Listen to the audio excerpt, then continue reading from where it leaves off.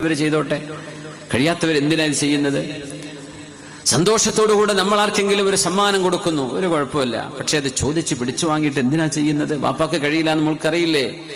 വാപ്പ എന്തിനാ കഷ്ടപ്പെടുത്തുന്നത്? ഭർത്താവിനോട് പറയണ എന്നെ കൊണ്ട് കഴിയില്ല.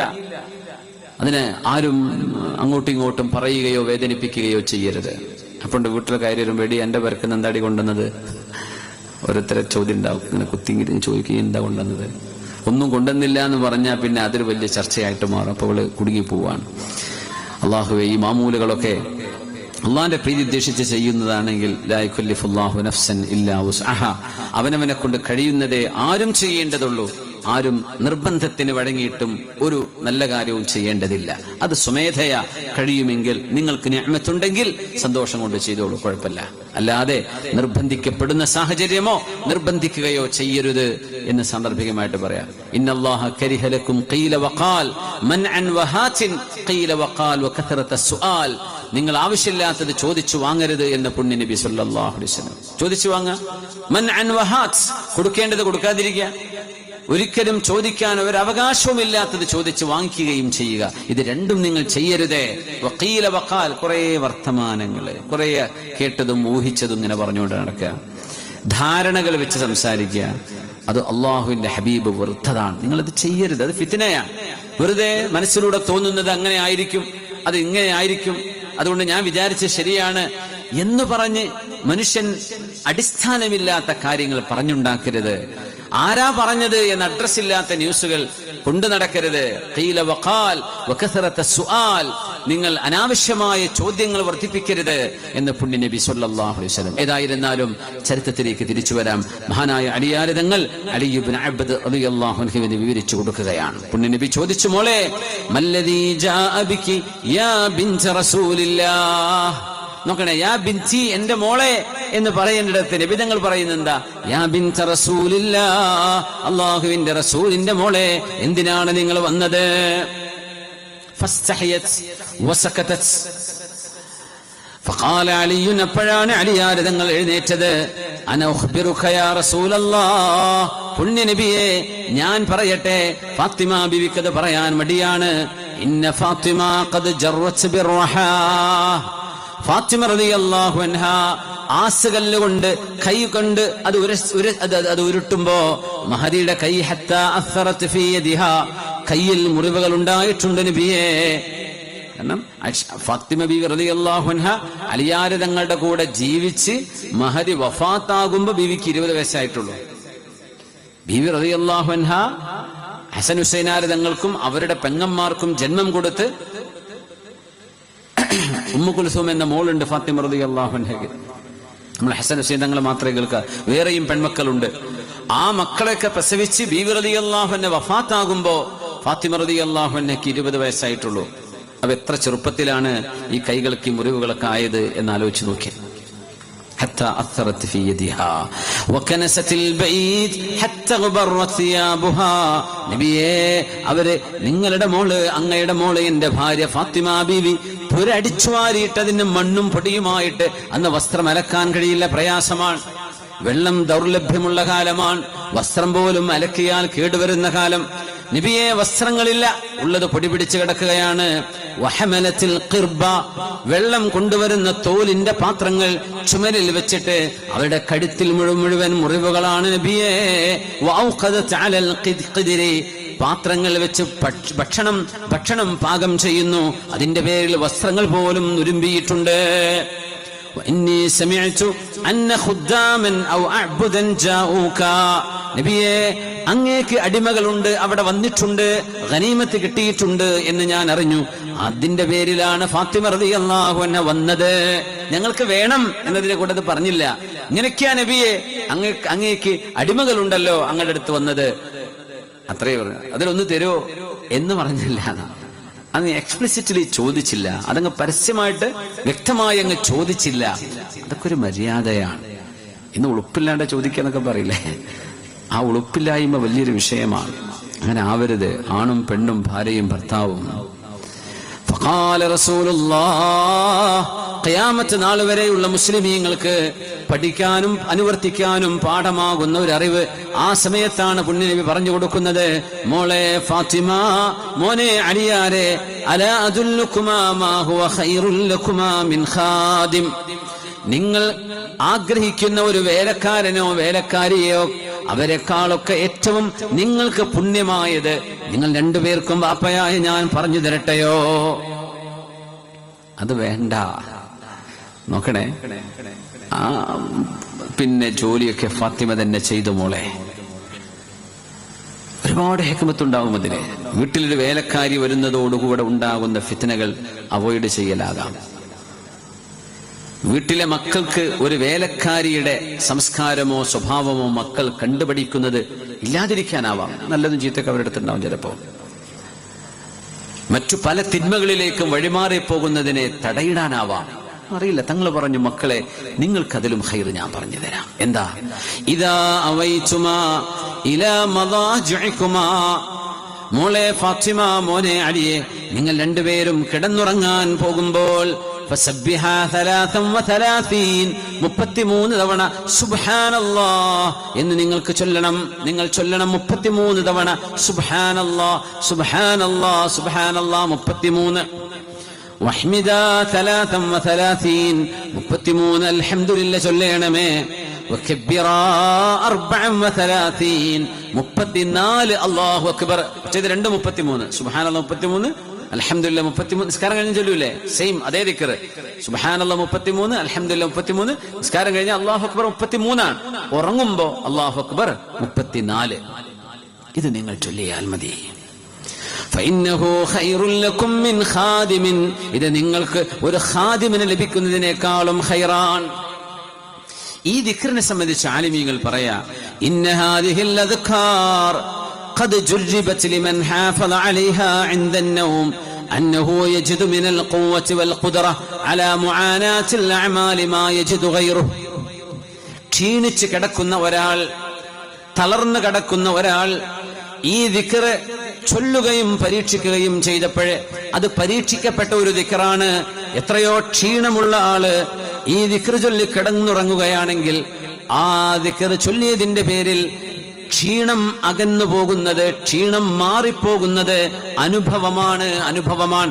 ഒരു വേലക്കാരിയോ വേലക്കാരനോ സേവനത്തിനുണ്ടായി നമ്മൾ ആശ്വസിക്കുന്ന പോലെ ജോലി ചെയ്തിട്ട് ഈ ദിക്ർ ചൊല്ലി കിടക്കുകയാണെങ്കിൽ ജോലി കാരണമുള്ള ക്ഷീണം ഒഴിവാകുമെന്ന് പരീക്ഷിക്കപ്പെട്ടതാണ്, അനുഭവമാണ് എന്ന് മഹാന്മാരായ പണ്ഡിതന്മാർ. അതുകൊണ്ട് നമുക്കത് പരിശോധിച്ചു. അത് ചൊല്ലുന്നവരുണ്ടാകും, അത് സ്ഥിരം ചൊല്ലിക്കൊണ്ടിരിക്കുക. 33. അപ്പൊ കൈ കൊണ്ടങ്ങ് എണ്ണിയാൽ മതി. കയ്യിൽ ഒരു വിരലിൽ 3, അങ്ങനെ 5 വിരലാകുമ്പോൾ 3 15. അപ്പൊ 2 തവണ 30 പിന്നെ ഒരു വിരലും കൂടെ കൂട്ടിയാൽ 33. 34 ഒന്നുകൂടെ കൂട്ടുക. അല്ലാഹു അക്ബർ 34. ഇതിങ്ങനെ ചൊല്ലിയാൽ, ഉറക്കം വരാതിരുന്നാൽ, ഉറക്കം വരാനുള്ള ഏറ്റവും നല്ല ട്രീറ്റ്മെന്റും ഈ ദിക്റാണ്. ചിലർ ഉറക്കം വരുന്നില്ല, ഒരു 3 തവണ ഈ റൗണ്ട് അങ്ങ് ചൊല്ലിയാൽ 33 സുബ്ഹാനല്ലാഹ് 33 അല്ലാഹു അക്ബർ 33 അൽഹംദുലില്ലാഹ് 34 അല്ലാഹു അക്ബർ ഒരിക്കൽ ചെല്ലുക. അപ്പോൾ ഉറങ്ങിപ്പോകും. ചിലപ്പോൾ അതിന് ഇടക്കനെ ഉറങ്ങിപ്പോകും. ഇല്ലേ 2 പ്രാവശ്യം അല്ലെങ്കിൽ 3 പ്രാവശ്യം ഇൻഷാ അല്ലാഹ് ഉറങ്ങിയിരിക്കും. അത് മുജറബാണ്. ആലിമീങ്ങൾ നിർദ്ദേശിക്കുന്ന കാര്യമാണത്. വേറെ ഉറക്കിന്റെ ഗുളികയൊന്നും കുടിക്കേണ്ട ആവശ്യം ഉണ്ടാവില്ല ഇൻഷാ അല്ലാഹ്. അള്ളാഹുവിന്റെ സ്മരണയിലായിട്ട് ആ എണ്ണം പഴക്കരുത് കേട്ടോ. 33 തന്നെ, 34 34. എന്താ 35 ആയിക്കോട്ടെ, 2 ഞാൻ ഏറെ ചൊല്ലിക്കോട്ടെ, അങ്ങനെ കൂട്ടരുത്. എന്തെന്നറിയോ? ഈ ഡോറിന്റെ ചാവിയുടെ പല്ല് പോലെ ഒരു പല്ല് ഏറെ ആ വാതിൽ തുറക്കൂല. അതിന് കൃത്യമായ എണ്ണം കൊടുക്കുന്നത് അത് ശരീഅത്തിന്റെ ഒരു സിറാണ്, ഒരു രഹസ്യമാണ്. അപ്പൊ നിന്റെ വക 4 പല്ല് ഏറെ ഉണ്ടാക്കട്ടെ എന്ന് പറഞ്ഞ് ചാവി മാറ്റിയ തുറന്നാ കിട്ടൂല. അത്രയേ ഉള്ളൂ. ചാവിയൊക്കെ നല്ല ചാവിയായിരിക്കും എന്ന പോലെ ഈ 33 തന്നെ, 33 33 34 ഇത് ചൊല്ലിയാൽ ക്ഷീണം ഉണ്ടാവില്ല. ജോലിക്ക് പോകുന്നവരുണ്ട്, വീട്ടിൽ ജോലി ചെയ്യുന്ന ഉമ്മമാരുണ്ട്, അധ്വാനിക്കാൻ പോകുന്ന ഉപ്പമാരോട് ഇരിക്കുന്നുണ്ട്. നമ്മളൊക്കെ ആ ഒരു ദിക്ർ പതിവാക്കി പോരുക. ഉറങ്ങുന്ന സമയത്ത് നല്ല അസറുണ്ടാവും. എന്നല്ല നമുക്ക് ഉറങ്ങി വിശ്രമിക്കാനൊന്നും പറ്റിക്കൊള്ളുന്നില്ല. കിട്ടുന്ന സമയം ഈ ദിക്ർ ചൊല്ലി കിടക്കുക. അതുകൊണ്ട് വലിയ ആശ്വാസമുണ്ടാകും. പുണ്യനബി മോൾക്ക് പറഞ്ഞു കൊടുത്തതാണ്. എന്തിന്? ഞങ്ങളിത് എന്നും ചൊല്ലുമായിരുന്നു. ഫവല്ലാഹി മാ തറക്തുഹുന്ന മുൻദു സമിഅ്തുഹുന്ന മിൻ റസൂലില്ലാഹി സ്വല്ലല്ലാഹു അലൈഹി വസല്ലം. പുണ്യനബി തങ്ങൾ എനിക്കും ഫാത്തിമ ബീവിക്കും ഈ ദിക്ർ പഠിപ്പിച്ചു തന്നതിന് ശേഷം ഞാനും ഫാത്തിമ ബീവിയും ഇത് മറന്നുപോയിട്ടില്ല. അപ്പൊ ആളുകൾ ചോദിച്ചു, വലാ ലൈലത സുഫീൻ, സുഫീൻ യുദ്ധം നടക്കുന്ന അന്ന് രാത്രിയും നിങ്ങൾ ഓതിയിരുന്നോ? വലാ ലൈലത സുഫീൻ, സുഫീൻ യുദ്ധം നടക്കുന്ന അന്നും ഞാനിത് മറന്നിട്ടില്ല എന്ന് അലി ഇബ്നു അബീ ത്വാലിബ് റളിയല്ലാഹു അൻഹു മരണം വരെ പിന്നെ ഇത് കൊണ്ടുപോയിതാ. പാപ്പയോട്, പാപ്പാക്ക് സൗകര്യം ഉണ്ടായിട്ട് ഒരു ഖാദിമിനെ തരുമോ എന്ന് ചോദിച്ചപ്പോ പുണ്യനബി, മോളെ അത് മോൾക്ക് വേണ്ട, അത് മുസ്ലിമീങ്ങളിലെ പാവപ്പെട്ട ആളുകൾക്ക് കൊടുക്കാൻ വേണ്ടി നബി തങ്ങൾ നിയ്യത്ത് ചെയ്തതാ, അത് വീട്ടുകാർക്ക് വേണ്ട. അതിന്റെ മറ്റൊരു പൊരുൾ അതായിരുന്നു. എന്നിട്ട് അതിലും ഖൈർ നബി തങ്ങൾ ടാസ്ക് ഏറെ കൊടുക്കുക ചെയ്തത്. ഈ ജോലിക്ക് ചെയ്യുന്നുണ്ട് നബിയെ, അതുകൊണ്ട് ഒരു ഖാദിമിനെ, അതുകൊണ്ടൊരു സെർവന്റിനെ എന്ന് ചോദിച്ചപ്പോ കിടന്നുറങ്ങുമ്പോ ദിക്റൊന്ന് കൂട്ടിക്കൊടുത്തു, ഉറങ്ങുമ്പോ ഇതുകൂടെ അങ്ങ് ചെയ്ത് ഉറങ്ങിക്കോളൂ, നിങ്ങൾക്ക് അതാണ് നല്ലത്. പക്ഷെ അത് ഖൈറായിരുന്നു. ഫാത്തിമ റളിയല്ലാഹു അൻഹയും അലിയാർ തങ്ങളും അതിന്റെ അനുഭവങ്ങൾ പറയുന്നുണ്ട്. അതുകൊണ്ട് ഇന്നത്തെ ഈ രാത്രിയിൽ നമ്മൾ ഓർക്ക് മുമ്പ് കേട്ടതായിരിക്കും, അറിയുന്ന അറിവായിരിക്കും, എന്നാലും ഒന്നുകൂടെ പൊടി തട്ടിയെടുക്കുക, മക്കൾക്ക് ചൊല്ലിക്കൊടുക്കുക. മക്കളോടൊക്കെ ചൊല്ലാൻ പറയാം, അവർക്കൊക്കെ അറിയുമല്ലോ. സുബ്ഹാനല്ലാഹ്, അൽഹംദുലില്ലാഹ്, അല്ലാഹു അക്ബർ 33 സുബ്ഹാനല്ലാഹ്, 33 അൽഹംദുലില്ലാഹ്, 34 അല്ലാഹു അക്ബർ. പിന്നെ അതിന്റെ കൂടെ ബിസ്മിക റബ്ബി വളഅതു ജംബിയൊക്കെ ഉണ്ടല്ലോ, അതൊക്കെ ആദ്യം ചൊല്ലുക. ആയത്തുൽ കുർസി ഓതുക, ആമന റസൂൽ ഓതുക, ഖുൽ യാ അയ്യുഹൽ കാഫിറൂൻ ഓതുക, സൂറത്തുൽ കഹ്ഫിന്റെ അവസാന ഭാഗം, തൗബയുടെ അവസാന ഭാഗം, അങ്ങനെ ഓതാൻ പറ്റുന്നതൊക്കെ ഓതുക. എന്നിട്ട് ഖുൽ ഹുവല്ലാഹു അഹദ്, ഖുൽ അഊദു ബിറബ്ബിൽ ഫലഖ്, ഖുൽ അഊദു ബിറബ്ബിൻ നാസ് ഓരോന്നും 3 തവണ. നമ്മളിതൊക്കെ ഓതാൻ വേണ്ടി നിയ്യത്ത് ചെയ്ത് ഓതി തുടങ്ങുമ്പോൾ തന്നെ ഉറങ്ങിപ്പോയാൽ ഈ നിയ്യത്ത് ചെയ്ത ഓത്ത് നമ്മൾ ഉണരുന്നവരെ ഓതിയ കൂലി കിട്ടുന്നതാണ്. 33 നിയ്യത്ത് ചെയ്ത് 10 ഉറങ്ങിപ്പോയിട്ടുണ്ട് ആള്. എന്നാൽ നേരം വെളുക്കുന്നവരെ സുബ്ഹാനല്ലാഹ് ചൊല്ലിയ കൂലി അല്ലാഹു തരും. നേരം വെളുക്കുന്നവരെ അൽഹംദുലില്ലാഹി അല്ലാഹു അക്ബർ ചൊല്ലിയ കൂലി മാഷാ അല്ലാഹ്, അറിയാതെ കിട്ടുന്ന അമലല്ലേ. അതുകൊണ്ട് മറക്കാതിരിക്കുക, നമ്മുടെ വീട്ടുകാരെയൊക്കെ ഓർമ്മിപ്പിക്കുകയും ചെയ്യാം. അസ്മാ റളിയല്ലാഹു തആല അൻഹയെ നമ്മൾ മറ്റൊരു സംഭവത്തിലൂടെ പഠിക്കുകയാണ്. ഇത് അസ്മാ ബീവി തങ്ങൾ റളിയല്ലാഹു അൻഹ തന്നെ. സ്വഹീഹ് മുസ്ലിമിൽ ഉള്ള ഹദീസാണിത്. അബൂബക്കർ സിദ്ദീഖ് റളിയല്ലാഹു അൻഹുവിന്റെ മകൾ അസ്മാ ബീവി, അവരുടെ ഭർത്താവായിരുന്നു സുബൈർ ഇബ്നുൽ അവ്വാം. അതുകൊണ്ടാണ് മോന്റെ പേര് അബ്ദുല്ലാഹ് ഇബ്നു സുബൈർ ആകുന്നത്. തസവ്വജനി അസ്സുബൈർ റളിയല്ലാഹു അൻഹു, സുബൈർ ഇബ്നുൽ അവ്വാം എന്നവർ എന്നെ വിവാഹം ചെയ്ത നേരം വലൈസ ലഹു ഫിൽ അർളി മിൻ മാലിൻ വലാ മംലൂകിൻ വലാ ഷൈഇൻ, എന്റെ ഭർത്താവിന് ഭൂമിയിൽ ഒരിടം ഭൂമി പോലുമില്ല, 1 സെന്റ് ഭൂമി പോലും എന്റെ ഭർത്താവ് സുബൈർ എന്നവർക്കില്ല. വലാ മംലൂക്കിൻ, എന്ന അടിമകളുണ്ട്, എന്റെ ഭർത്താവിന് ഒരു അടിമയുമില്ല. ഒരു ഓട്ടോറിക്ഷ ഉണ്ട്, ഒരു പിക്കപ്പ് ഉണ്ട് എന്ന് പറഞ്ഞ പോലെ അന്ന് പണിയെടുപ്പിക്കുന്നത് അടിമകളാണ്. ഗൈറൽ ഫറസില്ലദീ കാന യസ്തഅമിലുഹു, എന്നാൽ ഒരു കുതിരയുണ്ട്, ഒരേ ഒരു കുതിര. ആ കുതിരയാണ് റെന്റിന് കൊടുത്തിട്ടും അല്ലാതെയും അതിന് കിട്ടുന്ന വരുമാനം കൊണ്ട് ജീവിക്കുകയായിരുന്നു ഞങ്ങൾ. ഖാലത്ത്, അസ്മാ ബീവി പറയുകയാണ് കഥ. ഫകുൻതു അലിഫു ഫറസ, സുബൈർ എന്നവരുടെ കുതിരക്ക് ഞാനാണ് തീറ്റ കൊടുത്തിരുന്നത്. കന്നുകാലികളുടെ വീട് മുമ്പൊക്കെ കല്യാണം ആലോചിക്കുമ്പോ എന്താ പറയാ, പുല്ലും കെട്ടുണ്ടോ വൈക്കോല് ഉണ്ടോ എന്നാ നോക്കുക. എന്തേ ഒക്കെ പൈസക്കാരെ വരക്കെ ഉണ്ടോ, ഇന്ന് അതുണ്ടോ? ആ വൈക്ക് പോകില്ല, കുട്ടികൾ ചാണകം മണക്കും, എന്നെ കൊണ്ട് പഠിക്കാൻ കഴിയില്ല. സുബ്ഹാനല്ലാഹ്, കാലം മാറിയ മാറ്റേ. തസവ്വജനി സുബൈർ എന്നവർ എന്നെ കല്യാണം കഴിക്കുമ്പോ ബഹുമാനപ്പെട്ടവർക്ക് ഒരേ ഒരു കുതിരയെ ഉണ്ടായിരുന്നുള്ളൂ. ആ കുതിരയാണ് ബഹുമാനപ്പെട്ടവർ വാടകക്ക് കൊടുത്തിരുന്നത്. അപ്പോ കുതിരയെ മെയിൻറ്റെയിൻ ചെയ്യണം, അതിന് ഭക്ഷണം കൊടുക്കണം. ഞാനാണ് അതിന്റെ അലഫ് കൊണ്ടുവന്നിരുന്നത്, അതിന് തിന്നാനുള്ള തീറ്റ കൊണ്ടുവന്നിരുന്നത്.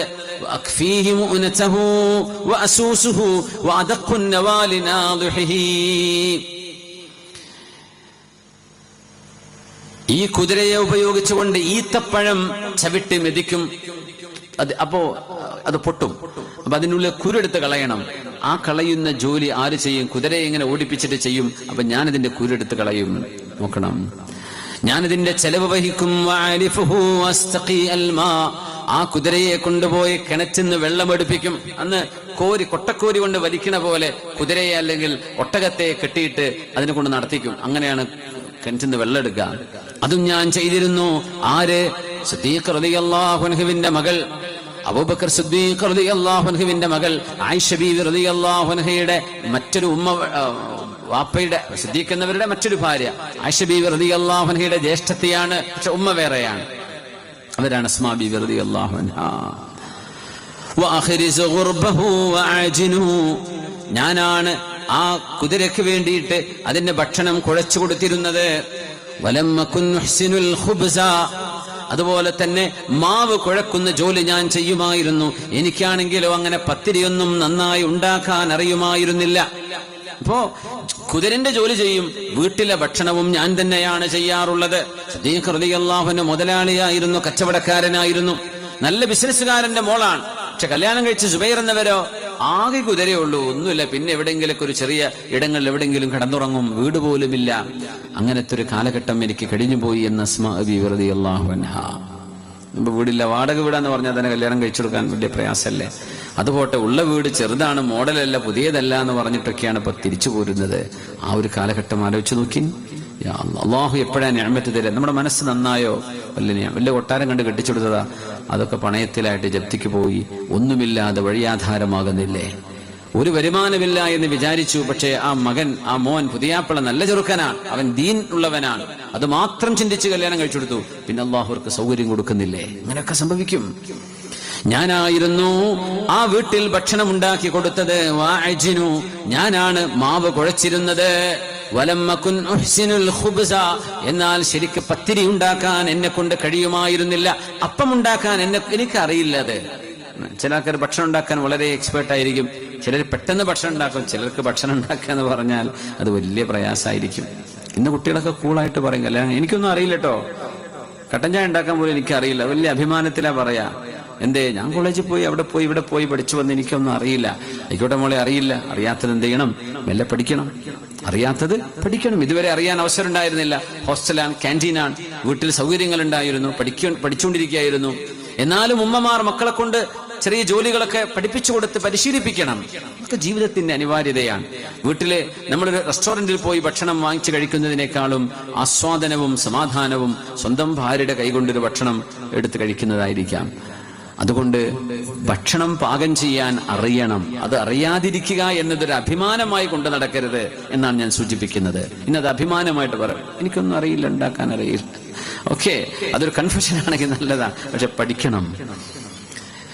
എനിക്കറിയില്ലായിരുന്നു. അസ്മാബി പറയാം, അന്നൊന്നും എനിക്ക് റൊട്ടി ഉണ്ടായി. ചിലരുടെ പത്തിരി ഉണ്ടാക്കിയാൽ പത്തിരിന്റെ അലൈൻമെന്റ് ശരിയാവില്ല, അല്ലെങ്കിൽ ചപ്പാത്തിയൊക്കെ പല കോലത്തിലായിരിക്കും. അതൊന്ന് ചൊറുക്കലും ഭംഗിയിലും ഉണ്ടാക്കാൻ. നമ്മുടെ നാട്ടിലൊക്കെ എല്ലായിടത്തും യൂട്യൂബ് വന്നതിന് ശേഷം ഭക്ഷണമൊക്കെ ഉഷാറായി പോയി. കൊറോണ കാലത്താണ് അത് ശരിയായത്. പുറത്തിറങ്ങാതെ ഇരിക്കല്ലേ, അപ്പൊ യൂട്യൂബില് കുക്കിംഗ് ചാനലുകളൊക്കെ ഭയങ്കര റീച്ചാ, ഒരുപാട്. എന്താ എല്ലാവരും കയറി നോക്കന്നെ ഏത് ഭക്ഷണം ഉണ്ടാക്കാൻ പറ്റും. മുമ്പൊക്കെ തലശ്ശേരിയോ അല്ലെങ്കിൽ മാഹിയിലോ ഒക്കെ ചെന്നാലേ നല്ല പൊന്നാനിയോ കുറ്റിച്ചിറയിലോ ഇവിടെയൊക്കെ നല്ല ഭക്ഷണം ഉണ്ടായിരുന്നുള്ളൂ. ഇപ്പൊ എല്ലായിടത്തും എത്തിട്ടോ, മാഷാ അല്ലാഹ്. നമ്മുടെ നാട്ടിൽ കൂടെ നടക്കുന്നോണ്ടേ ചില നാട്ടിലും ചെന്നാൽ ഭക്ഷണം കഴിക്കാൻ പറ്റാത്ത ചില പ്രദേശങ്ങളൊക്കെ ഉണ്ടായിരുന്നു, നല്ല രുചിയുള്ളൊരു ഭക്ഷണം കിട്ടൂലായിരുന്നു. ഇപ്പൊ ഒക്കെ മാഷാ അല്ലാഹ് എല്ലായിടത്തും ഭയങ്കര ഉഷാറായി പോയിട്ടുണ്ട്. നമ്മൾ മലപ്പുറം ജില്ലയൊക്കെ ചെറുക്കി തോന്നുന്നു ഭക്ഷണത്തിലൊക്കെ ഇപ്പോഴും കുറച്ച് ബാക്കിൽ നിൽക്കുന്നത് മലപ്പുറം ജില്ലയായിരിക്കും. നമ്മൾ ഒരു ചോറ്, ഒരു കറി, ഒരു പേര്, പപ്പടം ഉണ്ടെങ്കിൽ ഉണ്ട് അല്ലെ. ഒരു ഭക്ഷണത്തിന് മിനിമം 2 കറി വെച്ചുകൊണ്ടും അതിലേക്കുള്ള വിഭവങ്ങളൊക്കെ ടേബിള് നിറക്കുന്ന പരിപാടി നമ്മുടെ കോഴിക്കോട് നിന്നങ്ങോട്ട് മേലോട്ട് കൂടുതലാണ് അല്ലേ. നമ്മുടെ നാട്ടിൽ കുറവാണ്. നമ്മുടെ ഭക്ഷണത്തിന് ചെലവ് വളരെ കുറവാണ്, എന്നിട്ട് നമുക്ക് പിടിച്ചിരിക്കാൻ പറ്റുന്നില്ല. അപ്പൊ അവരൊക്കെ എങ്ങനെയായിരിക്കും പഠിച്ചവനെ, എത്രയായിരിക്കും ചെലവ് ആലോചിച്ചാൽ വലിയ അത്ഭുതമാണ്. ഭക്ഷണം പാകം ചെയ്ത് കൊടുക്കുന്നത് ഹരമായിട്ട് സന്തോഷം കൊണ്ട് ഭക്ഷണം കൊടുക്കുന്ന ആളുകളുണ്ട്. ചിലര് ഭാരമായിട്ട് കുടുങ്ങിയിലേനെ എന്താ ചെയ്യാന്ന് വിചാരിച്ചിട്ട്. അങ്ങനെയല്ല, അതൊരു സ്നേഹമാണ്. ഭക്ഷണത്തിലൂടെയാണ് സ്നേഹബന്ധം ഊട്ടിയുറക്കുന്നത്. ഭക്ഷണത്തിലൂടെ സ്നേഹമാണ് അതിലൂടെ ട്രാൻസ്മിറ്റ് ചെയ്യുന്നത് എന്ന് പറയും. അതാണ് ഭക്ഷണത്തിന്റെ രുചി വായിന്ന് പോകില്ല എത്ര വർഷങ്ങൾ കഴിഞ്ഞാലും. അതിപ്പോഴും നമ്മൾ ഓർത്തെടുക്കും. സുബ്ഹാനല്ലാഹ്. എൻ്റെ ഒരു സുഹൃത്തുണ്ട് വില്യാപ്പള്ളിയിലെ, ചെക്കൻ ഹാജി എന്നാ പറയാം. ആള് ചെക്കനെന്നല്ല, വലിയ മുതിർന്ന ആളാണ്. ഇവരുടെ മക്കൾ 2 പേര് ഹാജിമാർ, അക്ബർ ഹാജിയും അൻവർ ഹാജിയും. പക്ഷെ മൂപ്പരെ വാപ്പയെ ചെക്കൻ ഹാജി എന്നാ പറയാം. നമ്മുടെ അവിടുത്തെ വില്യാപ്പള്ളിയുമായി ബന്ധപ്പെട്ട ദീനി വലിയ നേതൃത്വം കൊടുക്കുന്ന ആളാണ്. ഇന്നലെ 2 ദിവസം മുമ്പ് കോഴിക്കോട് ഒരു കല്യാണത്തിന് വെച്ച് കണ്ടു. അപ്പൊ ഞാൻ പറഞ്ഞു, കുറച്ച് വർഷങ്ങൾക്ക് മുമ്പ് വീട്ടില് ഈ ഇണ്ണിത്തട്ടയും അതുപോലെ തന്നെ വാഴന്റെ നടുത്തതിന് എന്താ പറയാ, ഇണ്ണിത്തണ്ട്, അതും പിന്നെ അതിന്റെ പൂവില്ലേ, മണിത്തട്ട, അത്, പിന്നെ തെങ്ങിന്റെ എന്തൊക്കെയോ അതിന്റെ പൂവോ കൊലയോ എന്തൊക്കെയോ എടുത്തിട്ട് ഇങ്ങനെ എന്തൊക്കെയോ പച്ചക്കറികള്, ഇലകള്, എവിടെയും കിട്ടാത്ത ചില വിഭവങ്ങള്, വളരെ ഹെൽത്തി ആയിട്ടുള്ള ഭക്ഷണം. അവിടെ ആടും മീനും ഇതൊന്നും അല്ല, ഇങ്ങനത്തെ ഈ പച്ചക്കറി സാധനങ്ങൾ വെച്ചിട്ടൊരു വിഭവം ഉണ്ടാക്കിയിരുന്നു. അപ്പൊ ഞാൻ പറഞ്ഞു, ചെക്കനാജിക്ക ആ ഭക്ഷണം മറന്നിട്ടില്ല കേട്ടോ എന്ന് ഞാൻ പറഞ്ഞു അദ്ദേഹത്തോട്. അത് ഒരു വല്ലാത്തൊരു സ്നേഹത്തിന്റെ പാലം പണിയലാണ്. ഇത്രയും വിഭവങ്ങളൊക്കെ പുണ്യ റസൂൽ സല്ലല്ലാഹു അലൈഹി വസല്ലം തങ്ങൾ പറയാറുണ്ട്, ഒരു അതിഥിയെ സൽക്കരിക്കുമ്പോൾ ഇച്ചിരി ഭക്ഷണം ഏറെ കൊടുത്താലും അതൊന്നും ഒരു ധൂർത്ത് എന്ന് പറയേണ്ടതില്ല, അത് ആതിഥ്യ മര്യാദയാണ്. അപ്പൊ അതൊക്കെ എല്ലാ നാടുകളിലും ആയി തുടങ്ങിയിട്ടോ, അൽഹംദുലില്ലാഹ്. പലരും വിചാരിക്കുന്ന ഞാൻ കാസർകോട്ടുകാരനാണെന്നാ, എന്നെ അങ്ങനെയാ പറയല്. ഉസ്താദിന്റെ നാട് കാസർഗോഡ്, ഞാൻ മമ്പാടാണെന്ന് ഇപ്പൊ അറിയാത്ത എത്രയോ ആൾക്കാരുണ്ട്. മലപ്പുറം ജില്ലക്കാരനാണെന്ന് ചിലപ്പോൾ പറയും. ഭാഷ കേട്ടാൽ മനസ്സിലാവുന്നില്ല. നമ്മൾ പച്ചമലയാളം പറയാൻ വയ്യ, എല്ലാവർക്കും തിരിയുന്ന ഭാഷയിലല്ലേ സംസാരിക്കാൻ പറ്റുള്ളൂ. അപ്പോ പലപ്പോഴും ആ ഭാഗങ്ങളിലുള്ള ആളുകളൊക്കെ അവരൊക്കെ ആ ഒരു രീതിയിൽ അവരുടെയൊക്കെ ഭക്ഷണ രീതിയും കാര്യങ്ങളൊക്കെ പറയുമ്പോഴേ ഏറ്റവും എനിക്ക് പരിചിതമായതും കൂടുതലും ആ വടക്കൻ ജില്ലകളാണ്. അതുകൊണ്ടായിരിക്കാം. പക്ഷേ നമ്മുടെ നാടിന്റെ ഓരോ നാടിനും ഓരോ സുഗന്ധമുണ്ട്, ഓരോ സൗരഭ്യമുണ്ട്. പക്ഷേ നമ്മുടെയൊക്കെ തെളിമയാർന്ന സ്നേഹവും മലപ്പുറത്തുകാരുടെയൊക്കെ വല്ലാത്ത അടുപ്പവും അത് എല്ലാ ജില്ലക്കാരും പറയുന്ന സംഗതിയാണ്. മലപ്പുറത്തുകാരെ പരിചയപ്പെട്ട അത് വല്ലാത്ത സ്നേഹബന്ധമാണ്. നമ്മുടെ പരിസരങ്ങളൊക്കെ ജീവിച്ചുകൊണ്ടിരിക്കുന്ന അന്യമതസ്ഥരായ നമ്മുടെ സഹോദരങ്ങൾ, അവരൊക്കെ മറ്റു ജില്ലകളിൽ ജീവിക്കുന്ന അവരുടെ ബന്ധുക്കളോട് മലപ്പുറം ജില്ലയിൽ അവർ എങ്ങനെ സന്തോഷത്തിലാണ് ജീവിക്കുന്നത് എന്ന് പറയാറുണ്ട്. കാരണം നമ്മൾ കാണിക്കുന്ന സ്നേഹവും നമ്മുടെ പെരുമാറ്റവും അത് വന്നറിഞ്ഞതിന് ശേഷമേ നമ്മളെ പറ്റി അറിയുള്ളൂ. മലപ്പുറം നിൽക്കുമ്പോൾ അത് അങ്ങനെ മിനി പാകിസ്ഥാനാണ്, അങ്ങനെയാണ് ഇങ്ങനെയാണ് എന്തൊക്കെയോ ബടായി പറയും. നമ്മുടെ നാട്ടിൽ വന്ന് നോക്കിയാലാണ് പച്ചപ്പാവങ്ങളാണ്, സാധുക്കളാണ് എന്ന് തിരിച്ചറിയാൻ കഴിയുന്നുള്ളൂ. അതുകൊണ്ട് വല്ലാത്തൊരു നന്മ നമ്മുടെ മണ്ണിനുണ്ട്. ആ നന്മ, അതിന്റെ സുഗന്ധം, അതിന്റെ സൗരഭ്യം എന്നും അണയാതെ ഒളിമങ്ങാതെ നിലനിൽക്കട്ടെ. കാരക്കുന്നിനെ കുറിച്ചുള്ള പുസ്തകമാണ് ഇവിടെ എഴുതിയത്. കാരക്കുന്നിന്റെ ചരിത്രം, ഇവിടുത്തെ മഹാത്മാക്കളുടെ കഴിഞ്ഞുപോയ തലമുറയുടെ ആ ഒരു ചരിത്രത്തിന്റെ പുസ്തകം നമ്മുടെ മുമ്പിൽ കിടക്കുക. നിർബന്ധമായും എല്ലാവരും ഒരു കോപ്പി വാങ്ങിക്കണേ.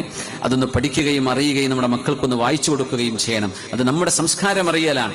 ഏതായിരുന്നാലും ഭക്ഷണം പാകം ചെയ്യുന്ന ആ ഒരു വിഷയത്തിലേക്ക് തിരിച്ചു വരാം. അസ്മാ ബീവി റളിയല്ലാഹു അൻഹ പറയും, എനിക്കതറിയില്ല, എനിക്ക് നല്ല പത്തിരി ഉണ്ടാക്കാനൊന്നും അറിയില്ലായിരുന്നു. വലം അകുൻ ഉഹ്സിനുൽ ഖുബ്സ്. അപ്പൊ എന്നെ ആരാ സഹായിക്കുക? അയൽപക്കത്തെ വീട്ടുകാരികള്. നമ്മുടെ നാട്ടിലൊക്കെ അങ്ങനെയല്ലേ, ഒരു കല്യാണോ സൽക്കാരോ ഉണ്ടെങ്കിൽ അയൽപക്കത്തെ ആളുകൾ വന്നുകൊണ്ടാണ് സഹായിക്കേണ്ടത്. മുമ്പൊക്കെ കല്യാണമായി കഴിഞ്ഞാൽ ആ കൗങ്ങുമ്മ ചുറ്റാൻ വേണ്ടി എത്ര സാരികളാണ് സംഭാവന കിട്ടുക അല്ലെ? അതിന് പിന്നൊക്കെ കൊടുത്തിട്ട് നമ്മുടെ തെങ്ങൊക്കെ ചുറ്റിയിട്ട് എന്ത് ഭംഗിയായിരുന്നു. എന്നിട്ട് സപ്ലൈ ചെയ്യാൻ ആരാ? നമ്മുടെ മക്കള്, നമ്മുടെ ബന്ധുക്കള്, നമ്മുടെ അയൽപക്കത്തെ കുട്ടികള്. അവരാണ് വീട്ടുകാരെ പോലെ അവരെ സ്വീകരിക്കുന്നത്. ഇന്ന് നമ്മൾ റെസ്റ്റോറന്റിൽ പോയ പോലെ കഴിക്കുന്നു, കുപ്പായിട്ട് ഇട്ടിരുന്നു. സാർ ഇനി എന്തെങ്കിലും വേണോ? ഇത് പൊരിച്ചത്, കരിച്ചത്. നമ്മൾ എവിടെയോ പോയി ഭക്ഷണം കഴിച്ച് എണീറ്റ് പോരുന്നു. ആ ബന്ധം, അടുപ്പം നമുക്ക് നഷ്ടപ്പെട്ടുകൊണ്ടിരിക്കുകയാണ് അല്ലെ? അതൊക്കെ വല്ലാത്തൊരു രസമായിരുന്നു. ആ കറി ഇങ്ങോട്ട് എടുക്ക്, ചോറും ഇങ്ങോട്ട് കൊണ്ടുപോവാ എന്നൊക്കെ പറഞ്ഞൊരു ബഹളവും ഒച്ചപ്പാടും ആ ഒരു സ്വീകരണവും സൽക്കാരവും വീട്ടുകാരായിരുന്നു. അയൽപക്കങ്ങളും നമ്മുടെ ബന്ധുക്കളും നാട്ടുകാരും ചേർന്നുകൊണ്ട് നടത്തിയിരുന്ന ആ ഒരു വിവാഹ സദ്യകളൊക്കെ അന്യമായി കഴിഞ്ഞു. പിന്നെ പോയതിനെ പറ്റി പറഞ്ഞിട്ട് ബസ് പോയിട്ട് കൈയാട്ടിട്ട് കാര്യമില്ലല്ലോ, പോയി കഴിഞ്ഞു. ഇനിയിപ്പോ ഇങ്ങനെ കാറ്ററിംഗ് സർവീസ് ഒക്കെ ഇനി അഭയമുള്ളൂ. പക്ഷേ ആ ഒരു നന്മയെ നമ്മൾ ഓർക്കുകയാണ്. അങ്ങനെയൊക്കെ തിരിച്ചു വരികയാണെങ്കിൽ അൽഹംദുലില്ലാഹ്. മഹദി അസ്മാ ബീവി റളിയല്ലാഹു അൻഹ പറയാണ്, ഞാൻ അങ്ങനെ എനിക്ക് ഭക്ഷണം ഉണ്ടാക്കാൻ അറിയാതിരുന്നപ്പോ ഫകുന്ന നിസാഅ സിദ്ഖിൻ മിനൽ അൻസാർ ജീറാനൻ ലിയുസാഇദനനി ഫീ ദാലിക്. എന്റെ സത്യസന്ധരായ കൂട്ടുകാർ അൻസ്വാരി പെണ്ണുങ്ങളായിരുന്നു, മദീനക്കാരായ അയൽപക്കക്കാർ. അവർ നല്ല കൂട്ടുകാരികളാണ്. അവരാണ് എന്നെ വന്ന് സഹായിച്ചിരുന്നത്. അവര് ഭക്ഷണം ഉണ്ടാക്കി തരും. ഖാലത്ത് അസ്മാ ബീവി പറയാൻ, വകുൻതു അൻഖുലു നവാമിൻ അർദി സുബൈർ അല്ലദി യഖ്തഅഹു റസൂലുള്ളാഹ് സ്വല്ലല്ലാഹു അലൈഹി വസല്ലം. പുണ്യനബി മഹാനായ സുബൈർ എന്നവർക്ക് പകുത്തു കൊടുത്ത ഒരു മണ്ണുണ്ട്, ഒരു ഭൂമിയുണ്ട്, ഒരു നിലമുണ്ട്. ആ നിലത്തിൽ ഈത്തപ്പഴത്തിന്റെ കുരു ഒരുമിച്ച് കൂട്ടുന്ന ഒരു പരിപാടിയുണ്ട്. ഈ കുരു പൊടിച്ചിട്ട് മൃഗങ്ങൾക്ക് ഭക്ഷണമാക്കി കൊടുക്കും. ആ കുരു ഒക്കെ ഞാനാണ് ചുമലിൽ കൊട്ടയിലാക്കിയിട്ട് പോന്നിരുന്നത്. ഇവിടുന്ന് അലാ മസാഹത്തി സുലുസൈ ഫർസഖിൻ മിനൽ ബൈത്ത്, ബൈത്ത് സുബൈർ, സുബൈർ എന്നവരുടെ വാടക വീട്ടിൽ നിന്ന് ഏകദേശം 1/3 ഫർസഖ്, അതായത് 2 മൈല് എന്ന് പറഞ്ഞ ഒരു 3.5 കിലോമീറ്റർ അപ്പുറത്തേക്ക്, 3.5 കിലോമീറ്റർ അപ്പുറത്തേക്ക് കൊട്ടയിൽ ഈ ഈത്തപ്പഴത്തിന്റെ കുരുവും കൊണ്ട് ഞാൻ നടക്കുമായിരുന്നുവെന്ന് മഹദിയായ അസ്മാ ബീവി. ആരായി നടക്കണമെന്നറിയോ? അവിടുത്തെ ഏറ്റവും വലിയ ബിസിനസ്സുകാരനായ സിദ്ദീഖ് എന്നവരുടെ മകൾ അസ്മാ ബിൻത് അബീ ബക്കർ റളിയല്ലാഹു അൻഹാ റളിയല്ലാഹു അൻഹുമാ. അവരും സഹാബിയത്താണ്. സിദ്ദീഖ് റളിയല്ലാഹു അൻഹു സഹാബിയാണ്. 2 മൈല്, അതായത് ഒരു 3.5 കിലോമീറ്റർ മഹദി റളിയല്ലാഹു അൻഹു നടക്കുമായിരുന്നു. അങ്ങനെ ഞാൻ എന്റെ തലയിൽ കൊട്ടയും വെച്ച് ഇങ്ങനെ നടന്നുകൊണ്ടിരിക്കുമ്പോ ഫലഖിയനി നബിയു സ്വല്ലല്ലാഹു അലൈഹി വസല്ലം അലാ ബഈരിഹി. ഞാനിങ്ങനെ കൊട്ടയിൽ ഈത്തപ്പഴത്തിന്റെ കുരുകൾ നിറച്ചിങ്ങനെ കൊണ്ടുപോവുകയാണ് എന്റെ തലയിൽ വെച്ചിട്ട്. ഒരു ഭാര്യ ഭർത്താവിന്റെ കൂടെ സഹായത്തിനും ഭർത്താവിന് ഒരു കൈ സഹായം ചെയ്യാനും മുന്നോട്ട് വരുന്നത് എത്ര പുണ്യമാണ് എന്ന് നമ്മളെ പഠിപ്പിച്ച ഈ ഉമ്മത്തിന്റെ മഹതിമാരാണിത്. അതൊരു കുറവോ ഒരു ന്യൂനതയോ ഒരു പറ്റാത്ത കാര്യമോ അല്ല, അത് സ്വഹാബിയത്തുകൾ ചെയ്തതാണെന്ന് മനസ്സിലാക്കലാണ് ഇതിലെ ഒരു പാഠം. മഹദി ബീവി പറയട്ടെ, ഞാനിങ്ങനെ വരുമ്പോ ഞാൻ വരുമ്പോണ്ട് പുണ്യ നബി ഒട്ടകപ്പുറത്ത് മദീനയിലേക്ക് പോകുന്നു. അപ്പൊ ഞാൻ ഈ കൊട്ടയും കൊണ്ട് ഇങ്ങനെ നടക്കുക ഒരു വെയിലത്ത്.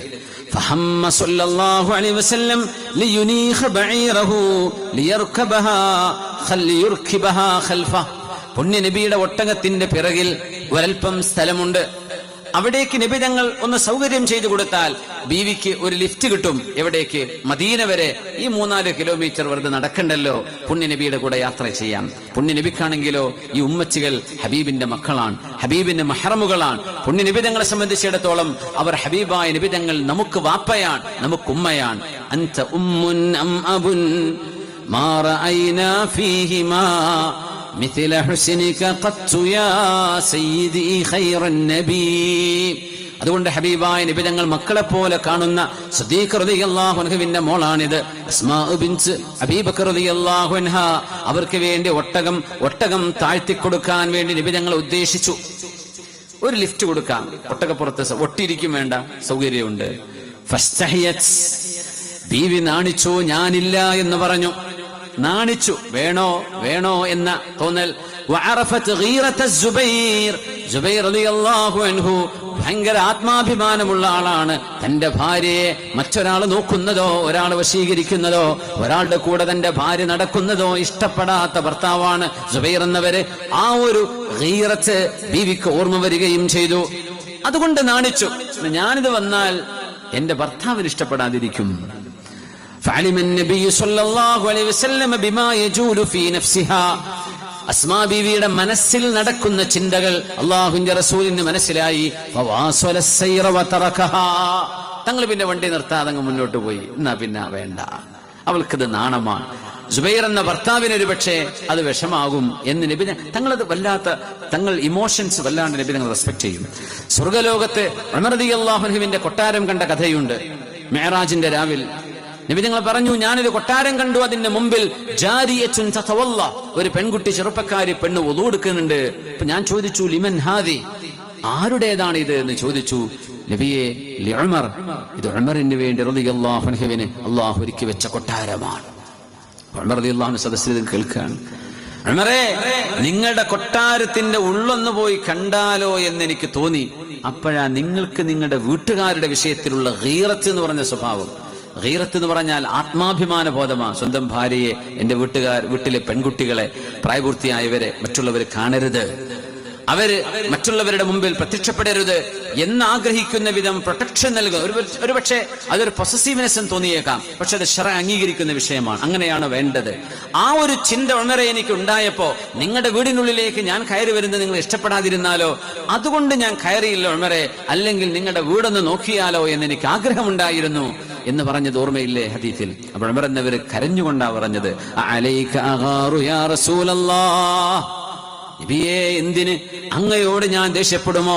എന്റെ വീട്ടുകാർ അങ്ങയുടെ വീട്ടുകാരല്ലേ, ഒന്ന് കയറിക്കൂടായിരുന്നോ നബിയെ എന്ന് നബി തങ്ങളോട് മഹാനായ ഫാറൂഖ് റളിയല്ലാഹു അൻഹു. അപ്പോ ഇവിടെ അസ്മാ ബീവിക്ക് അങ്ങ് ലിഫ്റ്റ് കൊടുക്കുമ്പോ അത് ശരിയല്ലല്ലോ, എനിക്കത് എന്റെ ഭർത്താവിന് ഇഷ്ടമായില്ലേ, അത് ഇഷ്ടമാവാതെ പോകുമോ എന്നൊക്കെ അസ്മാ ബീവി ചിന്തിച്ചുകൊണ്ടിരിക്കുന്നത് ആര് മനസ്സിലാക്കുന്നു? പുണ്യ നബി സല്ലല്ലാഹു അലൈഹി വസല്ലം. അങ്ങനെ തങ്ങൾ ആ യാത്ര തുടരുകയാണ് ചെയ്യുന്നത്. അതായിരുന്നു അസ്മാ ബീവി റളിയല്ലാഹു അൻഹ. സ്വഹീഹ് മുസ്ലിമിലെ തന്നെ വേറൊരു റിവായത്തുണ്ട്. ഒരു ഫഖീറായ മനുഷ്യൻ വന്നിട്ട് അസ്മാ ബീവിയോട് പറയാണ്, യാ ഉമ്മ അബ്ദില്ല, അസ്മാ ബീവി, അബ്ദുല്ലാന്റെ ഉമ്മ. ആരാണ് അബ്ദുല്ല? അബ്ദുല്ലാഹിബ്നു സുബൈർ റളിയല്ലാഹു അൻഹു. ആ ചരിത്രമൊക്കെ ഒന്ന് മറക്കാണ്ട് ഓർത്തു വെക്കുക. ഉമ്മ അബ്ദില്ല എന്നാ പറയാ. ഉമ്മ അബ്ദിൽ, ആയിഷ ബീവിയും ഉമ്മ അബ്ദില്ല എന്ന് പറയും റളിയല്ലാഹു അൻഹ. പക്ഷെ ശരിയായ ഉമ്മ അബ്ദില്ല അസ്മാ ബീവിയാണ്. അസ്മാ ബീവിയുടെ മോൻ അബ്ദുല്ലാഹിബ്നു സുബൈറിനെ സ്വന്തം മോനെ പോലെ ആയിഷ ബീവി കണ്ടതുകൊണ്ട് ആയിഷ ബീവിനെ പറ്റിയും ഉമ്മ അബ്ദില്ല എന്ന് പറയും. ഏതായിരുന്നാലും, യാ ഉമ്മ അബ്ദില്ല, ഇന്നനി റജുലുൻ ഫഖീർ, ഞാൻ ദരിദ്രനായ ഒരു പാവം മനുഷ്യനാണ്. അപ്പൊ കുറച്ചു കാലം കഴിഞ്ഞ് അവർക്ക് വീടൊക്കെ ആയി. ആ വീട് മദീനയിലാണ്. ആ വീടിന്റെ നിഴലിൽ, തണലിൽ ഞാനൊന്ന് കച്ചവടം ചെയ്തോട്ടെ എന്ന് ചോദിക്കുകയാണ് ഒരു മിസ്കീനായ മനുഷ്യൻ. അപ്പൊ അങ്ങാടിയിലെ വീടാണ്. നിങ്ങളുടെ വീടിന്റെ ചെരുവൊന്ന് തരുമോ, ഞാൻ ചെറിയൊരു കച്ചവടം ചെയ്തോട്ടെ.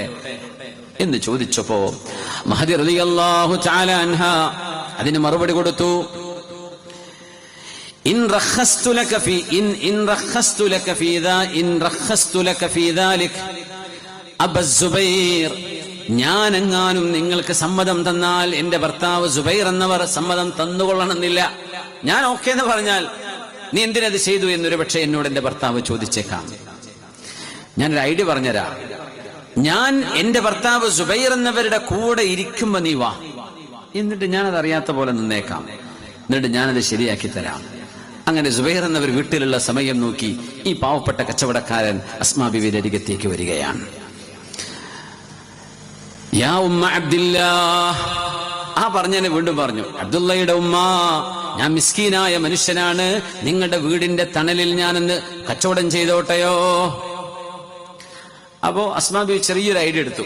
ഒരു ചെറിയൊരു നാടകം എന്ന് പറയല്ല, ബീവി അത് ഇഷ്ടപ്പെടാത്ത പോലെ അവിടെ മദീനയിൽ അമാലക ഫിൽ മദീനതി ഇല്ലാ ദാരി, മദീനയിൽ ഞങ്ങളുടെ വീടല്ലാതെ ഒരു സ്ഥലം നിനക്ക് കിട്ടിയില്ലയോ എന്ന് അസ്മാ ബീവി വെറുതെ ചോദിച്ചു. കാരണം ചിലപ്പോ എതിര് പറഞ്ഞാൽ ഭർത്താവ് അനുകൂലം പറയും, അല്ലെ? ഭാര്യ അനുകൂലം പറഞ്ഞാൽ ഭർത്താവ് എതിര് പറഞ്ഞേക്കാം. അപ്പൊ സുബൈർ എന്നവരുടെ മനസ്സറിഞ്ഞത് കൊണ്ട് അസ്മാ ബീവി എന്ത് ഇയാളോട്, നിങ്ങൾക്ക് വേറെ സ്ഥലമൊന്നും കിട്ടിയില്ലേ മദീനയിൽ, എന്റെ വീടിന്റെ ചെരുവിൽ തന്നെ വന്ന് കച്ചവടം ചെയ്യണോ? അമാലക ഫിൽ മദീനതി ഇല്ലാ ദാരി. ഇത് കേട്ടപ്പോ സുബൈർ എന്നവർ, മാലക്കി അസ്മാ, നിങ്ങൾ എന്തിനാ ആ മനുഷ്യനെ, പാവപ്പെട്ട മനുഷ്യനെ,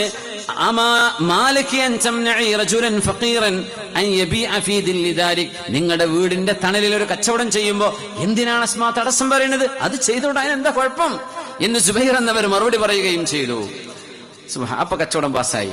അത് അസ്മാ ബീവി അങ്ങനെ ഒരു മുടക്ക് പറഞ്ഞപ്പോഴാണ് ഇവിടുന്ന് അങ്ങനെ പറയാറുണ്ടല്ലോ, ഒരു വീട്ടിലൊരു യാചകം വന്ന് ഇറങ്ങിപ്പോകുമ്പോ വീട്ടുകാരങ്ങനെ വീട്ടിലേക്ക് കയറി വരിക. അപ്പൊ ഭാര്യയാണ് വീട്ടിൽ നിന്ന് പറഞ്ഞയച്ചത്. അപ്പൊ അങ്ങനെ ഒരാളിങ്ങനെ വരുമ്പോ ഭർത്താവ് ഗേറ്റിലൂടെ വരികയാണ്. അപ്പൊ ഇയാൾ എന്തേ? ഇല്ല, ഞാനിങ്ങനെ പിരിവിന് വന്നതാണ്, യാചിച്ചു വന്നതാണ്. എവിടെ? ഈ വീട്ടിക്കോ? ആ അതെ അതെ. ഈ വീട്ടിക്കോ? അതെ ഈ വീട്ടിക്ക്. വല്ലതും കിട്ടിയോ?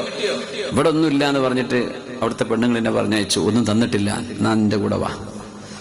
ഞാൻ ഒരു കൈ പിടിച്ച് കൊണ്ടുപോയി കോലായിലൊക്കെ ഇരുന്ന്, പിന്നെ ഇവിടെ ഒന്നുമില്ല, ഇവയ്ക്കോ, ഇത് പറയേണ്ടത് ഞാൻ അവളല്ല, ഇത് പറഞ്ഞ അയാളെ തിരിച്ചയച്ചു എന്നാ കഥ. അള്ളാഹു അല്ല നടന്നതാണോ ഇല്ലേന്ന്. പക്ഷെ ഒരു അഭിമാനബോധം എന്ന് പറഞ്ഞ സംഗതി ഉണ്ടാവും. ഭർത്താവ് ഇത് എന്റെ വീടല്ലേ, ഈ വീട്ടിൽ ഞാനല്ലേ പറയേണ്ടത്, എന്റെ ഭാര്യ എങ്ങനെ പറയാ എന്നൊരു വാശി വരുന്നൊരു സമയം. എന്ന പോലെ മഹദി അസ്മാ റളിയല്ലാഹു അൻഹ ഒന്ന് എതിര് പറഞ്ഞപ്പോ, നിനക്ക് വേറെ സ്ഥലമൊന്നും കിട്ടിയില്ലേ എന്ന് ചോദിച്ചപ്പോ സുബൈർ എന്നവർ പറഞ്ഞു, എന്തിനാ അസ്മാ ആ പാവപ്പെട്ട മനുഷ്യന് മുടക്ക് പറയുന്നത്? ആള് കച്ചവടം ചെയ്തോട്ടെ. അസ്മാ ബീവി പറയാ, അയാൾ കച്ചവടം ചെയ്തു എന്ന് മാത്രമല്ല, ഭയങ്കരമായ ലാഭമുണ്ടായി എന്ന് മാത്രമല്ല, ഇവർക്ക് വാടക കൊടുക്കാൻ തുടങ്ങി. അസ്മാ ബീവിന്റെ അടുത്തൊരു അടിമ ഉണ്ടായിരുന്നു, ആ അടിമയെ ഇയാൾ വാങ്ങിക്കുകയും ചെയ്തു. അത്രക്കും വലിയ പൈസക്കാരനായി മാറി. ആദ്യം മിസ്കീനായിരുന്നു, പക്ഷെ കച്ചവടം കൊണ്ട് വലിയ ബറക്കത്തുണ്ടായി. അങ്ങനെ ഖൈറായ ഒരു അവസ്ഥയിലേക്ക് വന്നു. സുബ്ഹാനല്ലാഹ്. കച്ചവടം ചെയ്തു. അങ്ങനെ അടിമസ്ത്രീയെ വിറ്റു. അടിമസ്ത്രീയെ ഇയാൾ വാങ്ങിക്കുകയാണ് ചെയ്തത്. സുബൈർ എന്നവര് ചോദിച്ചു, മഹാനായ സുബൈർ റളിയല്ലാഹു തആല അൻഹു വീട്ടിലേക്ക് വന്നപ്പോഴേ മഹദിയുടെ അടിമയെ വിറ്റു, അത് വാങ്ങിച്ചത് ഈ കച്ചവടക്കാരൻ. അപ്പൊ അതിന്റെ പൈസ ബീവിയുടെ മടിയിൽ ഇങ്ങനെ വെച്ചിരിക്കുകയാണ്. അപ്പോഴാണ് ഭർത്താവ് കടന്നു വരുന്നത്. ഭർത്താവിന്റെ അടുത്ത് പൈസയൊന്നുമില്ല. അലാ തുഹ്ദീഹി ഇലൈഹി, അസ്മാ, ഈ കിട്ടിയ പൈസ നിങ്ങൾക്ക് എനിക്ക് തന്നൂടെ, ഹദിയ തന്നൂടെ? ഒരു പെണ്ണിന്റെ പൈസ ഭർത്താവിന് ഹദിയയായിട്ട് കൊടുക്കുമ്പോഴേ ഭർത്താവിൻ്റെതാവുള്ളൂ. നോക്കണേ, ഭർത്താവിന്റെ പൈസ ഭാര്യക്കുള്ളതാ എന്ന് പറഞ്ഞാൽ അവർക്ക് വേണ്ടി ചെലവഴിക്കാനുള്ളതാ. അവിടുന്ന് അടിച്ചു മാറ്റാൻ പറ്റുമെന്നല്ലേ പറഞ്ഞതിന്റെ അർത്ഥം. ഭാര്യയുടെ ആവശ്യങ്ങൾക്ക് ചെലവഴിക്കുന്നതാ ഭർത്താവിന്റെ പൈസ. നേരെ മറിച്ച് ഒരു പെണ്ണിന്റെ പൈസയാണെങ്കിൽ, ഭാര്യയുടെ പൈസയാണെങ്കിലോ അത് അവളുടേതാണ്. അവൾക്ക് പൊരുത്തുണ്ടെങ്കിലേ കൊടുക്കാൻ പറ്റൂ, അത് എടുക്കാൻ പാടുള്ളൂ. ഇപ്പൊ സ്ത്രീധനം എന്ന് പറയുന്ന വിഷയം അങ്ങനെയാ. സ്ത്രീധനം എന്ന് പറയുന്നത് അതിന്റെ വരും വരായികളും അതിന്റെ മസാലയൊക്കെ നമ്മൾ മനസ്സിലാക്കിയിട്ടുണ്ട്. ഒരു പെണ്ണിന് അവളുടെ ഭർത്താവ് കല്യാണ സമയത്ത് അവളുടെ വാപ്പ, അവളുടെ കുടുംബം സമ്മാനമായി കൊടുക്കുന്നത് എന്താണ്? അവളുടെ സ്വത്താണ്, അവളുടെ സംഖ്യയാണ്. ചേർന്ന് നോക്കണേ, ഒന്നും ആയില്ലല്ലോ, സാരല്ല. അപ്പോ ഒരു പെണ്ണിനെ സംബന്ധിച്ചിടത്തോളം അവൾക്ക് സമ്മാനമായി ലഭിക്കുന്നത് സ്ത്രീധനം എന്ന് നമ്മൾ പറയുന്നത് പലപ്പോഴും പലയിടത്തും പ്രശ്നങ്ങൾ ഉണ്ടാകാറുണ്ട് സ്ത്രീധനത്തെ ചൊല്ലിയിട്ട്. ഇപ്പോ അടുത്ത സമയങ്ങളിൽ നടന്ന ചില ആത്മഹത്യകളും അതിനെ ചൊല്ലി ഉണ്ടായ ചർച്ചകളും ബഹളങ്ങളും ഒക്കെ നിങ്ങൾ മീഡിയയിലൂടെ കേൾക്കുന്നുണ്ടാവും. സ്ത്രീധനം പെണ്ണിന്റെ അവകാശം, അവൾക്ക് കിട്ടുന്നതാണ്. കല്യാണം കഴിക്കുമ്പോൾ മനസ്സിലാക്കുക, ഇത് മുസ്ലിമീങ്ങളല്ലാത്തവരും കേൾക്കുന്നുണ്ടെങ്കിൽ ഇസ്ലാമിന്റെ ഇതിന്റെ വീക്ഷണം എന്താണ്. ഇസ്ലാമിന്റെയും ഖുർആന്റെയും മസലൊക്കെ ഒരു ബന്ധമില്ലാത്ത, ദീൻ പഠിക്കുക പോലും ചെയ്തിട്ടില്ലാത്ത, മുസ്ലിമീങ്ങൾ പോലും അല്ലാത്ത ആളുകളൊക്കെ ആധികാരികമായി പറയുന്നത് കേൾക്കാറുണ്ട്. തമാശ തോന്നാറുണ്ട്, ഇവരെന്തിനാണ് ഇങ്ങനെ, അവനവന്റെ മതത്തെ സംബന്ധിച്ച് അവർ പറഞ്ഞോട്ടെ, ഈ വിഷയം അതറിയുന്ന പണ്ഡിതന്മാരല്ലേ പറയേണ്ടത്. ഏതായിരുന്നാലും ഈ കാര്യം പറയാം, ഒരു പെണ്ണിന് സ്ത്രീധനമായി ലഭിക്കുന്ന പൈസ അവളുടേതാണ്. അവള് ഭർത്താവിന് ദാനമായി കൊടുത്താൽ മാത്രമേ ഭർത്താവിൻ്റെതാവുള്ളൂ, അല്ലെങ്കിൽ കടമാണ്. അവളുടെ ആഭരണമാവട്ടെ, അവൾക്ക് ലഭിച്ച കാറാവട്ടെ, വാഹനമാവട്ടെ, പൈസയാവട്ടെ, ഇത് എന്റെ വക, എന്റെ പൈസ നിങ്ങൾക്ക് ഞാൻ ദാനം തന്നു എന്ന് പറഞ്ഞ് ഭർത്താവിന് കൊടുക്കുമ്പോഴേ അത് ഭർത്താവിൻ്റെതാകുന്നുള്ളൂ. ഭർത്താവിന് കൊടുത്ത സമ്മാനത്തെ കുറിച്ചല്ല ഞാൻ പറയുന്നത്. ഒരു പെണ്ണിന് ആഭരണമായി അവൾക്ക് സമ്മാനം കൊടുക്കുന്നത് അത് അവളുടെ മുതലാണ്. അവൾ പൊരുത്തപ്പെട്ട് കൊടുത്തെങ്കിൽ മാത്രമേ ഭർത്താവിൻ്റെതാവുള്ളൂ. അല്ലെങ്കിൽ അവൾക്ക് കടമായിട്ട് കൊടുക്കാം, എനിക്ക് പിന്നെ തന്നാ മതി, നിങ്ങൾക്ക് ആവുമോ, ഇപ്പൊ വീട് പണി നടക്കുന്നല്ലേ, നിങ്ങൾ എടുത്തോളൂ, എനിക്ക് പിന്നീട് നിങ്ങൾ വാങ്ങിച്ചെന്നാൽ മതി, ഒന്നുകിൽ അങ്ങനെ പറയാം. അല്ലെങ്കിൽ വീട് പണി നമുക്കും മക്കൾക്കുള്ളതല്ലേ, എന്റെ വകയായി എന്റെ സ്വർണ്ണം നിങ്ങൾ എടുത്തോളൂ എന്ന് പറഞ്ഞാലേ അത് ഭർത്താവിന് ഉപയോഗിക്കാൻ പാടുള്ളൂ. ഇല്ലേ, അത് അവളുടേതാണ്. അസ്മാ ബീവി ഇങ്ങനെ ഈ പൈസയും കയ്യിൽ വെച്ചിരിക്കുകയാണ്, അടിമയെ വിറ്റ പൈസ. അപ്പോഴാണ് സുബൈർ എന്നവർ ചോദിക്കുന്നത്, അസ്മാ നിങ്ങൾ എനിക്ക് തന്നൂടെ ആ പൈസ എന്ന് ചോദിച്ചു. അമ്മ അലാ തുഹ്ദീഹി ഇലൈ, എനിക്ക് ഹദിയയായിട്ട് നിങ്ങൾക്ക് തന്നൂടെ, വെറുതെ തന്നൂടെ എന്ന് ചോദിച്ചപ്പോ, ഇന്നി ഖദ് തസദ്ദഖ്തു ബിഹി, പൈസ വാങ്ങിച്ചു വെച്ചു, ഇത് ഞാൻ പാവപ്പെട്ട 1-2 വീട്ടുകാർക്ക് കൊടുക്കാമെന്ന് നിയ്യത്ത് ചെയ്തു കഴിഞ്ഞു, ഞാൻ കൊടുത്തു കഴിഞ്ഞു. പൈസ അവിടെ ഉണ്ട്, പക്ഷെ നീ ഖൽബ് കൊണ്ട് നിയ്യത്ത് ചെയ്തു കഴിഞ്ഞു, അത് ഞാൻ ദാനം ചെയ്തു കഴിഞ്ഞല്ലോ എന്ന് അസ്മാ ബീവി റളിയല്ലാഹു അൻഹ. നോക്കണം, വളരെ ദാരിദ്ര്യമുണ്ടായിരുന്ന സമയം, വീട്ടിൽ ആവശ്യങ്ങൾ ഏറെ ഉണ്ടായിരുന്ന നേരം, ആ അടിമയെ വിറ്റ കാശ് അസ്മാ റളിയല്ലാഹു അൻഹ ദാനമായി കൊടുത്തു കഴിഞ്ഞിട്ടുണ്ടായിരുന്നു. അപ്പോഴേക്കും ഇങ്ങനെ നന്മകളുടെ ഒരുപാട് പാഠങ്ങൾ പഠിപ്പിച്ച മഹതിമാർ ഈ ഉമ്മത്തിന്റെ ചരിത്രത്തിൽ കഴിഞ്ഞുപോയിട്ടുണ്ട്. ഈമാനിന്റെയും അറിവിന്റെയും ത്യാഗത്തിന്റെയും മാതൃകകൾ. അള്ളാഹു നമ്മുടെ ഉമ്മത്തിൽ നല്ല ചുറ്റുപാടുകളും അറിവും ജ്ഞാനവുമുള്ള നല്ല മഹതികളെ അള്ളാഹു നമുക്ക് ദാനമായി നൽകട്ടെ. നമ്മുടെ മക്കളൊക്കെ നല്ലവരായി വളരട്ടെ, അവരിൽ നന്മകൾ ഉണ്ടാകട്ടെ, നമ്മുടെ വീടുകളിൽ സന്തോഷമുണ്ടാകട്ടെ. ആമീൻ യാ റബ്ബൽ ആലമീൻ. ഞാൻ നിങ്ങളോട് പറഞ്ഞ സമയം എങ്ങനെയോ ആയിട്ടുണ്ട്. വാച്ച് നോക്കി, പറഞ്ഞ ടൈം കറക്റ്റ് അല്ലേ? ഉണ്ടല്ലോ, 1 മിനിറ്റ് ഉണ്ട് അല്ലേ? ഒറ്റ മിനിറ്റിന് നമുക്ക് ദുആ ചെയ്യാനൊക്കെ അല്ലേ? എന്റെ വാച്ചിൽ കാണുന്നുണ്ടല്ലോ, 10 ആയിക്കണല്ലോ. ഓക്കെ, അൽഹംദുലില്ലാഹ്. 11:08 ആയിട്ടുള്ളൂ അല്ലേ? 2 മിനിറ്റിന്റെ വില 120 സെക്കൻഡ് ഉണ്ട് ഉസ്താദെ, പറഞ്ഞുകൂടി എന്നാണ് പറയുന്നത്. ഏതായിരുന്നാലും മഹാനായ റസൂലുള്ളാഹി സ്വല്ലല്ലാഹു അലൈഹി വസല്ലം തങ്ങളുടെ വഫാത്തിന് ശേഷം സിദ്ദീഖ് റളിയല്ലാഹു അൻഹുവും ഉമർ റളിയല്ലാഹു അൻഹുവും നബി തങ്ങളുടെ പോറ്റുമ്മയായിരുന്ന ഉമ്മു ഐമൻ റളിയല്ലാഹു അൻഹയെ സന്ദർശിക്കാൻ പോയത് ചരിത്രത്തിൽ വലിയൊരു മഹദിയെ പരിചയപ്പെടുത്തുകയാണ്. മഹദി റളിയല്ലാഹു അൻഹ നബി തങ്ങളുടെ വിയോഗത്തിന്, ഉമ്മു ഐമൻ ബിവി എന്ന് പറഞ്ഞ നബി തങ്ങൾക്ക് മുലയൂട്ടിയ, നബി തങ്ങളെ പോറ്റു വളർത്തിയ ഉമ്മയാണ്. തങ്ങളുടെ വഫാത്തിന് ശേഷം സിദ്ദീഖ് ഉമർ എന്നവരും അവരെ കാണാൻ ചെന്നപ്പോ മഹദി റളിയല്ലാഹു അൻഹു വിങ്ങിപ്പൊട്ടി കരയുകയാണ്.